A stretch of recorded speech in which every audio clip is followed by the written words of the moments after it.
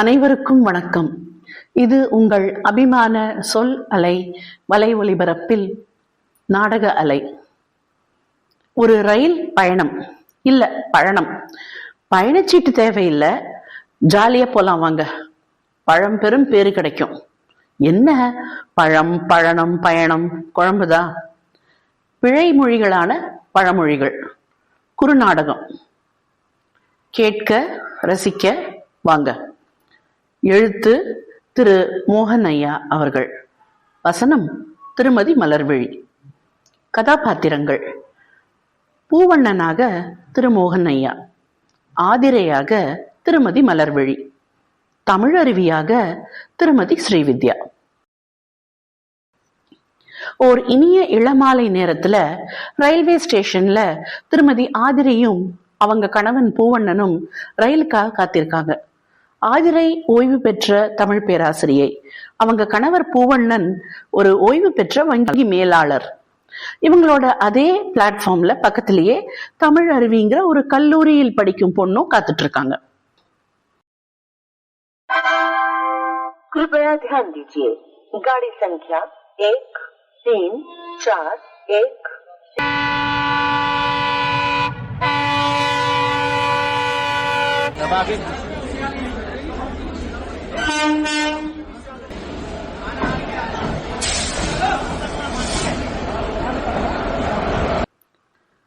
வேற என்ன, ட்ரெயின் வந்தாச்சு, அனௌன்ஸ்மெண்ட்டும் கொடுத்தாச்சு. உடனே பரபரன்னு ஒரே தள்ளு முள்ளு ஆரம்பமாயிடுச்சு. பூவண்ணன் ரயில்ல ஏற போகும்போது அவர் முட்டிக்கால இடிச்சு தள்ளிட்டு மோதி ஒரு மொட்டை தலையர் அவருக்கு முன்னாடி ஏறி போயிடுறாரு.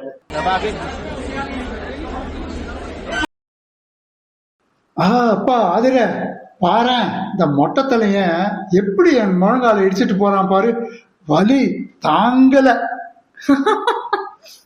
இங்க எனக்கு கோபம் தலைக்கேறுது, உனக்கு என்ன சிரிப்பு? வண்டி கிளம்பிட போதுங்க, முதல்ல ஏறுங்க. ஏன் சிரிச்சேன்னு அப்புறமா சொல்றேன்.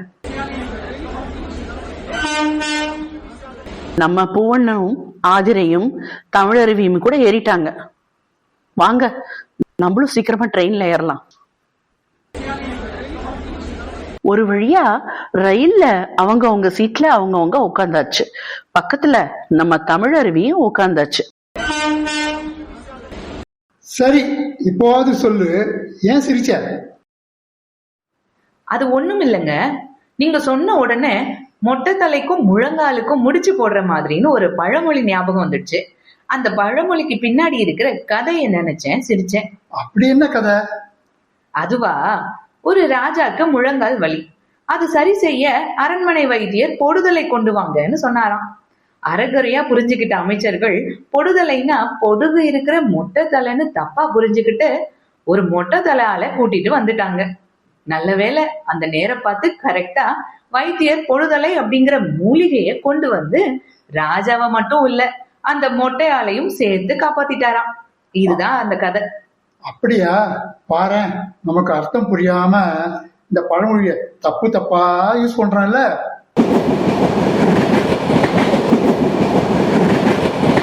ஹலோ அங்கிள் அண்ட் ஆண்டி, என் பேர் தமிழருவி. நீங்க பேசுறதெல்லாம் கேட்டுட்டுதான் இருந்தேன். ஆண்டி, இந்த மாதிரி இன்னும் எத்தனை பழமொழியை தப்பா புரிஞ்சு வச்சிருக்கோன்னு தெரியலையே, கொஞ்சம் சொல்லுங்க ஆண்டி ப்ளீஸ். ஹாய்மா, நீ என்ன பண்ற? உனக்கு கல்யாணம் ஆயிடுச்சா? இல்ல ஆண்டி, இப்போதான் காலேஜ் ஃபைனல் இயர். ஆனா 1000 பொய் சொல்லியாவது ஒரு கல்யாணம் பண்ணுன்ற மாதிரி எங்க அப்பா இருக்காரு, நான் காலேஜ் ஃபைனல் இயர் முடிச்சுட்டேன்னு பொய்ய சொல்லி இப்பவே கூட மாப்பிள்ளைய பார்க்க ஆரம்பிச்சிருவாரு. பாத்தியா, இந்த பழமொழிய கூட தப்பா புரிஞ்சு வச்சிருக்கீங்க. 1000 பொய் சொல்லி கல்யாணம் பண்ணுன்னு என்னைக்காவது நம்ம முன்னோர்கள் பொய் சொல்லுன்னு சொல்லுவாங்களா? ஜஸ்ட் திங்க் பண்ணுங்க. 1000 பேரிடம் போய் சொல்லி கல்யாணம் பண்ணணும், இதுதான் அதோட உண்மையான அர்த்தம். பாருங்க, போய் எப்படி பொய்யா மாறி நம்மள கன்ஃபியூஸ் பண்ணிடுச்சுன்னு. ஓ, எப்படி சொன்ன பழமொழி இப்படி ஆயிடுச்சே. அப்போ எப்பயுமே லேடிஸ மட்டப்படுத்துற மாதிரி ஒண்ணு சொல்லுவாங்களே, இந்த பெண் புத்தி பின் புத்தின்னு, அது கூட தப்புதானா ஆண்டி? வேற ஏதோ மீனிங் இருக்குதோ? ஆமாமா, பெண் புத்தி பின் புத்தின்னு சொல்லுவாங்க. அதாவது பெண்களோட புத்தி எப்பவும் ஃபியூச்சருக்கும் சேர்த்து யோசிப்பாங்க. பிற்காலத்திற்கும் சேர்த்து யோசிச்சு முடிவை அழகா எடுப்பாங்க. அதுதான் பெண் புத்தி பின் புத்தின்னு சொல்லுவாங்க. கடைசியில ஆண்டி பெண்களை பத்தி இவ்வளவு உயர்வா சொல்லிருக்கிற பழமொழிய எப்படி பெண்களுக்கு எகெயின்ஸ்டா யூஸ் பண்றாங்க பாருங்க. பாத்தியா, பெண்களை பத்தி தப்பான பழமொழி பேசினதுனால வானமே கோச்சுக்கிட்டு மழை பொத்துக்கிட்டு ஊத்துது. வண்டி வேற சிக்னல் எடுக்காம நிப்பாட்டிட்டாங்க.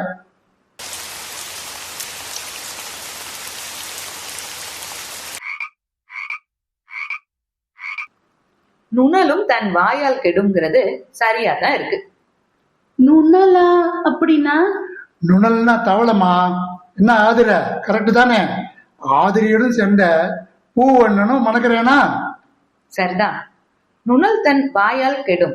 அதாவது தவளை மழை காலத்துல சத்தம் கொடுத்து பாம்புக்கு தன்னைத்தானே இரையாக்கிடும். தன் வாயால சத்தம் கொடுத்து தவளை மாட்டிக்கும். அதுபோல நம்ம பேசும்போது கவனமா வார்த்தைகளை விடணும். இதுதான் அதோட கரெக்ட் எக்ஸ்பிளனேஷன்.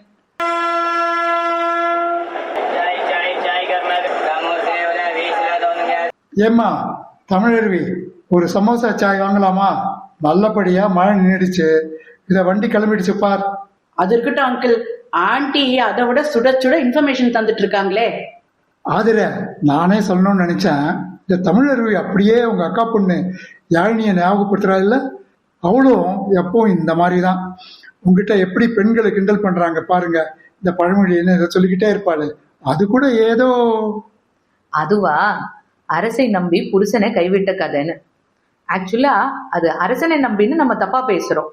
அது அரசனை அல்ல, அரசை, அதாவது அரச மரத்தை நம்பின்னு அர்த்தம்.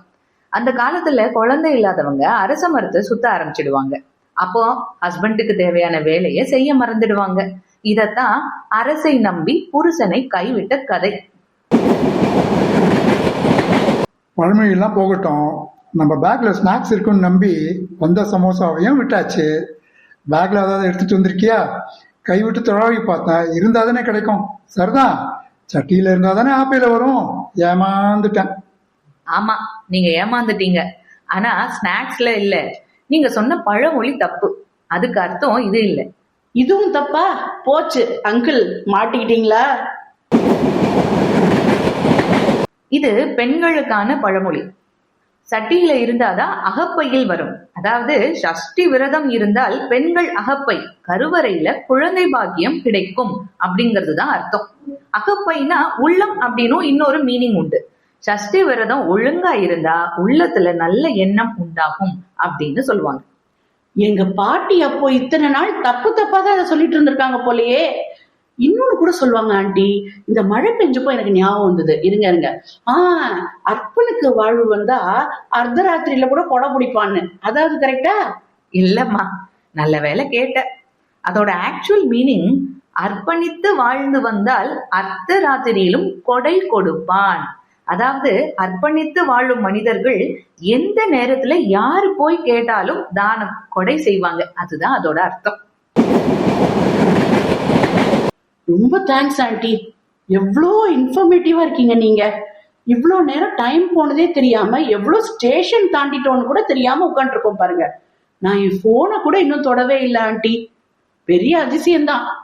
அதெல்லாம் சரிதான், செவிக்கு உணவே கிடைச்சிருச்சு. இப்போ வயிற்றோட டர்ன். நான் போய் வேற கம்பார்ட்மெண்ட்ல ஏதாச்சும் இருக்கான்னு பார்த்துட்டு வரேன். தமிழருவி, உனக்கும் ஏதாச்சும் வாங்கிட்டு வரேம்மா. ரொம்ப தேங்க்ஸ் அங்கிள். சரி சரி, போயிட்டு சீக்கிரம் வாங்க. நானும் இந்த புக்கை இன்னைக்குள்ள கம்ப்ளீட் பண்ணணும்னு நினைச்சிருக்கேன். நல்ல வேலை ஞாபகம் வந்துச்சு.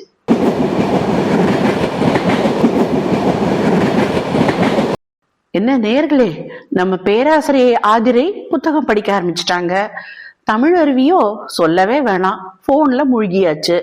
நம்ம பூவண்ணன் சார் ஸ்நாக்ஸ் தேடி போயிட்டாரு. நாம இந்த இடத்துலயே இந்த ட்ரெயின்ல இருந்து இறங்கிடலாம். நம்ம பழமொழி பயணம் இனிதே முடிந்தது.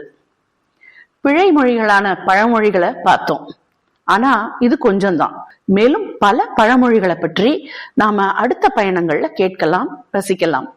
அடுத்த முறை பயணம் கடல் வழியா, ஆகாய வழியா, எப்படி ஆனாலும் நீங்க தயாரா இருங்க. வாழ்க்கையில கற்றலுக்கும் தேடலுக்குமான பயணம் என்னைக்குமே முடியறது இல்லையே. அதுபோல நம் பழமொழியின் பயணமும் மீண்டும் ஒரு முறை தொடரும். மீண்டும் உங்களோடு ஒரு சொல் அலை நிகழ்ச்சி மூலம் இணையும் வரை விடை பெறுவது உங்கள் ஸ்ரீவித்யா. இது உங்கள் அபிமான சொல் அலை வலை ஒலிபரப்பு. கேட்க ரசிக்க. நன்றி, வணக்கம்.